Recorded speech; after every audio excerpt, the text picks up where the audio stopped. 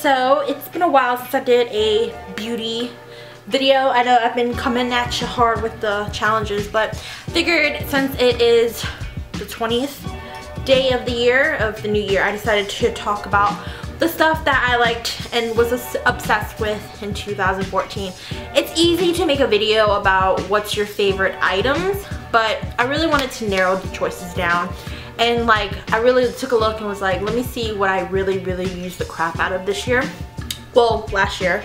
And see what I come up with. If you haven't noticed, homegirl cut her hair. Actually got a long bob, aka the lob. But so I'm looking at it and I'm like, I think I have a good bunch. So let's get started. First up is my cleansing routine. I changed it drastically this year just because I wanted to see what was out there. But one thing I haven't changed is the toner that I use. This is the Mario Badescu Skincare Toner. This is the Aloe Vera Toner. I know he has another toner that has like a astringent in it. I don't like astringents because it dries out my face and I kind of need that natural oil that comes in your pores.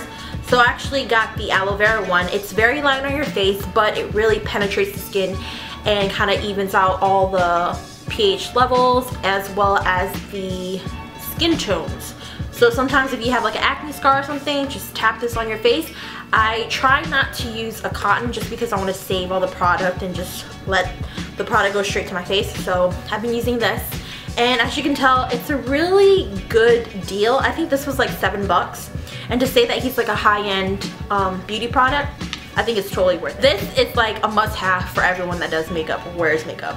It's so easily usable. You could just clean this. You don't even have to have to buy the solid brick to wash it. You just wash it with like any antibacterial soap that you have, something that's like foamy, and then you just run it under hot water and it's clean the next time. To me, the beauty blender is just easier for me because it cleans well as it blends everything beautifully out. I blended my foundation and the concealer out with the beauty blender every single morning, and I'm telling you, it gives you like the best airbrush finish that a brush sometimes you can't get without those results with the brush. So for me, the beauty blender, you just damp it a little bit and then apply your foundation and just buff it out. I'm telling you, the results are phenomenal. I went out and purchased a new foundation and I fell in love with this one. This is the MAC Mineralize Moisture Foundation in NC20. I usually use the Makeup Forever, which I love. It's just that the Makeup Forever got too dark for me, so I had to go a little lighter, and I decided to pick up my true and tried product, the MAC Mineralize, and I love it. It's I want to say light to medium coverage. You probably could build this. I haven't built the product yet, but the girl did tell me that it was a buildable foundation. But the thing I love about it is that it doesn't kind of cake up your face. You literally look natural the whole day. It is a little oily, so I don't suggest this for oily skin types, but if you do want the natural look, just probably the best I can tell you is to powder your face with like a translucent powder and you'll be good to go. But I think this was like, I want to say $40.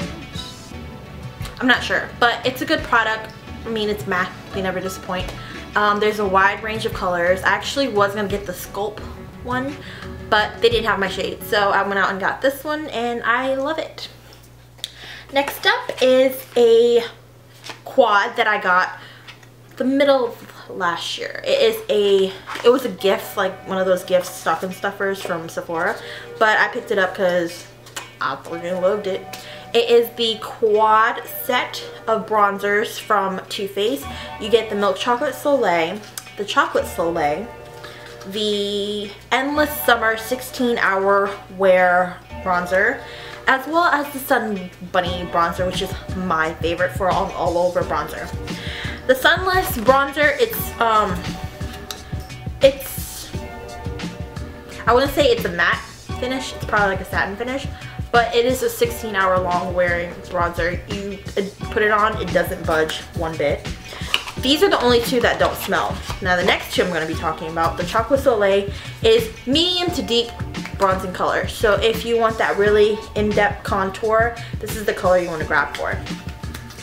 And if you just want like a little like I have today, then you use the Milk Chocolate Soleil, which is a tad bit lighter. This would be light to medium coverage. I mean, light to medium matte bronzer. And it smells like chocolate. I can tell you it's made from real cocoa. That's why it smells so damn good. But I love this set. If you ever stumble upon it, or if you just want to buy the color compacts individually, Too Faced will provide that for you. But I don't think you can get the quads anymore. I know last time I went to Sephora it was gone because I actually wanted to buy another set, but they don't have it anymore, so you're just probably gonna have to wait till Christmas for it to come around. Next up is another contour kit that I am obsessed with. This is the Anastasia contour kit. I got the original one because you can't find Anastasia Beverly Hills anywhere in New Orleans, so I had to settle with this. But I think this was about $40. You get Vaughn, Vaughn, Java, Havana. Hold on, I gotta see if this is right. Yeah, Havana. This is sand, vanilla, and banana. But this to me is like the perfect septuplets of colors for contouring and highlighting your face. The shimmer is for highlighting, just to give it that offset, like, ooh, she got nice cheekbones. And then these two colors you would just set underneath your like eye concealer, or just to, you know, blot your face. I usually go for this one to deepen the contour. These two colors I just do as like an all over bronzer if I want to kind of lighten up the darken up the all over bronzer just a little bit. I use Java. But I love this set. I feel like if you really want to splurge and invest in a really good contour kit rather than buying all the, you know, random ass bronzers at the drugstores, I feel like this is way more worth it. I think eventually Anastasia will come out with the actual like colors individually, but for now I think this is like the perfect set, the perfect palette for like traveling, as well as just to have if you're into contouring and highlighting. Next up is another palette I want to talk about. This is my favorite palette of 2014. I still use it in 2015, ironically. But this is the LORAC Pro 1 palette. I didn't go out and buy the second one because the colors were really cool toned, and I'm more in the like the neutral warm tones, so I strayed away from that one. And plus I had way too many palettes already, and I think I'm done until they come out with a really good one. But this is the LORAC Pro palette. You can tell why I gravitate towards this palette more, because the colors just go well with my skin tone. I think the colors I used the most was Espresso, Sable, and Cream this year. But I love this palette. I love how it's long ways, and they have this dope ass mirror that helps you kind of see everything. Ooh, hello. If you're wondering how it looks on the other side of the room. But I love this palette. I feel like it kind of goes with any person's skin tone, whether you're dark skin, light skin, medium skin, really pale, really dark. I feel like it fits every single color.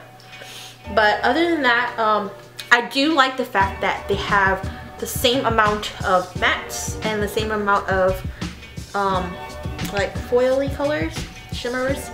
So you kind of have a really good bridge between both. But other than that, I love this palette. I have been obsessing over like skin and nails and just like skin products overall. And I actually stumbled upon this when I got a Sephora favorite box for my sister for Christmas. This was probably like the favorite thing of the whole collection. But this is the Caudalie Paris hand and nail cream. Let me tell you now, this is like full of like nourishing antioxidants. I feel like I don't know how I lived without it. It's light scented. It's not too heavy in the smell. If anything, it kind of smells like lemon. But I love it because it really does penetrate your skin. Usually when I'm like hydrating my skin and my hands, I usually aim for like an oil product, but this one does so well at moisturizing my skin, you kind of don't miss the oil anymore. You kind of gravitate towards it because it's not just like any other lotion feel. It's like a really rich, like, I felt like I was rubbing buttercream icing into my hands. But I love this product. I don't know how much it costs on its own, and I don't know if this is like the true size of it. I don't know if this is like a sample size or like an actual, the only size that they have. But the fact that it came with the Sephora favorites just tied it all in for me, and I actually really use this a lot, and I love this product so much. I carry it with me everywhere. Bag at home. I'll probably go out and buy another one just to have around the house, but this is the best hand cream moisturizer ever. Next up is my favorite product, literally it's probably my favorite product of 2014, is the Anastasia Dip Brow. I use the living shit out of this one, and this is just the first one I've ever bought, and I already have like a backup sitting in the back of my makeup drawer already, but this is seriously the best invention ever. You see these brows? They would not look like this without this. The thing I like about it most is that at first it was a little hard for me because I always used the pencil. So to me, pencils are just easier to carve out your brows, but getting along with the brush, I had to get used to the brush. I had to get used to how much product you needed to put on. I remember the first time I actually did my brows with the dip brow, my brows were so dark. But I kept trying and trying and trying and trying. And a lot of people tell me like, it's so hard for me to do the dip brow, but you really just have to get the hang of using brush. Let me tell you, ever since then, I don't think I can ever go back to the Brow Wiz or just any pencil in general. It's just, oh, like look at my brows. Beautiful. They just get, like, they just give you the best consistency, and I love the fact that they're waterproof, so I can go swimming with these brows on. A lot of people say that they're not waterproof, but to me they are.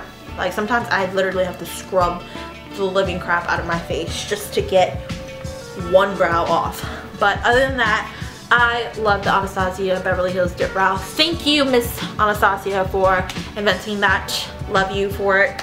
And I don't think I can live without dip brow ever again. So if she ever decides to like discontinue it, I don't know what I'm gonna do. Oh, this hair is unruly today. Anyways, next up is 3 lip products that I want to talk about. My favorite lip liner. Lip liners literally took over 2014. I think ever since Kylie Jenner came out with her overdrawn ass fake lips, we all know those are fake. I think everybody just started using lip liners, but I don't think I can live without lip liner anymore. It just makes my lips look voluptuous. But anyways, my favorite lip liner of the year was NYX's Nude Pink. It's a very pretty neutral color. I feel like it's a great undertone for all lipsticks or lip glosses. I can wear it on its own. I can wear it with the gloss over it. It's just pretty. It lasts a really long time. I think the only time it ever came off was when I was eating.